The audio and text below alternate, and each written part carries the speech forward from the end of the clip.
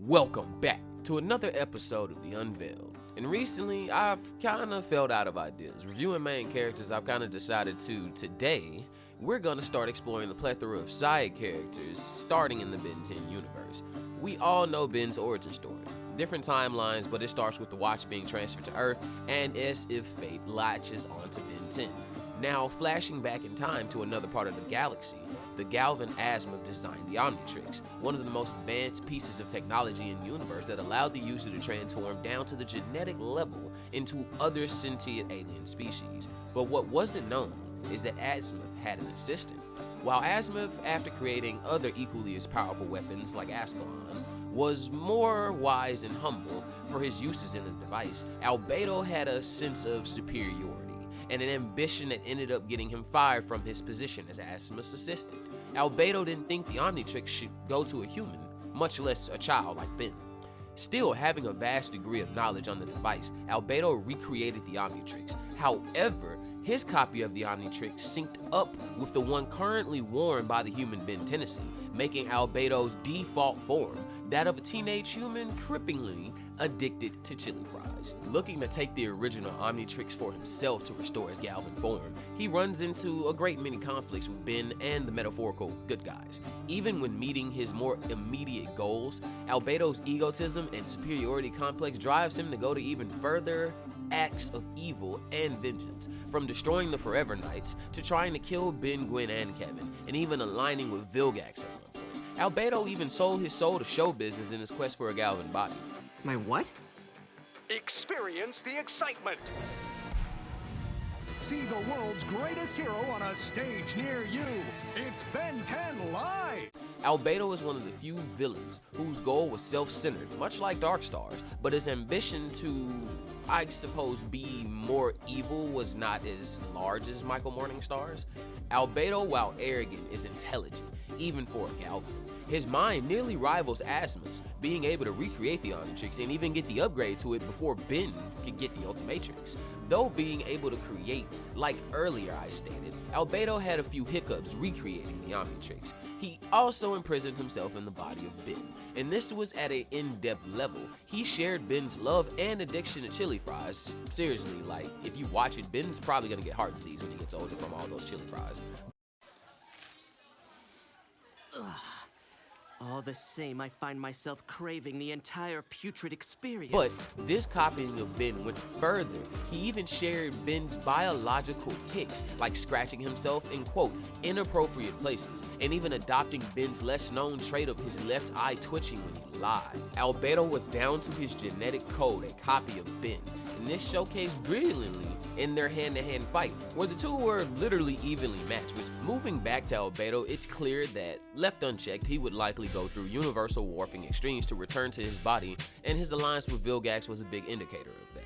An opportune moment led to Albedo breaking out of the null void with Vilgax. Vilgax needing allies for his next expected attack against Ben, he needed Albedo to take out Ben's most valuable resources, his team. And even after successfully neutralizing Gwen and Kevin and getting his metaphorical shit rocked by Grandpa Max, he still got betrayed by Vilgax, who launched an army of seemingly thousands of humongousaurs to overwhelm Albedo. And this is high-key one of my favorite moments in the later seasons, as the impact of this battle was massive and kind of spoken as to what was going on. Albedo, in the form of Ultimate Humongousaur, was effectively killing dozens of humongousaurs, and ultimately, it was futile. This was the only real showcase of the power Vilgax was always so obsessed about, outside of him just cycling through it, and the power to command an army of unfeeling, ever-changing, adaptable warriors to dominate the universe was not very far from his grasp. But you know how it goes, villains get bodied because they're villains. We do get to see another side of Albedo, however, in the aftermath of the battle with Vilgax, in the episode Double or Nothing. After Vilgax's ship had, gotten blown up in the last altercation, we find Albedo stranded on Earth and still in Ben's body. Broke and desperate, he creates a live-action theatrical show of Ben 10's life. recruiting new faces to the screen that we actually have yet to see, and it was kind of cool to get to see other aliens be presented in a non-combative way. And his choices came in the form of a Methanosian named Swamps, a Vaxasarian named Hugh, and a Necrophrygian named Fridge. And while during this episode, Ben gets painted more as the antagonist for stopping Albedo's DNA altering device that Ben thought was a bomb that would make everybody on Earth look like him. And it kind of resulted in Albedo once again being stuck in Ben's body and cursing the heavens before Ben had to inevitably drop him in the form of Ultimate Echo. And though we do get to see a side of Albedo, an accountable side, he returns one more time before the retcon that is Omniverse in the Night of the Living Nightmare episode. Albedo attempts to manipulate Ben's dreams with a creature known as a Cassiopean Dream Eater. Jesus, that name sounds way worse than it is. Trapping Ben in a nightmare of constantly facing his enemies. Eventually, in the dream, when Gwen and Kevin began trying to take Ben's omnitrix, he fights back, and it is eventually revealed to be Albedo as the cause of this. And as Ben gains the upper hand, Albedo tries to reapply the Dream Eater and ends up with a face full of nightmares. And this is when the episode actually had a Twilight Zone style flip. Albedo was originally unprepared for the messiness of a teenage boy's room and slips on spilled smoothie, thus recreating his own nightmare.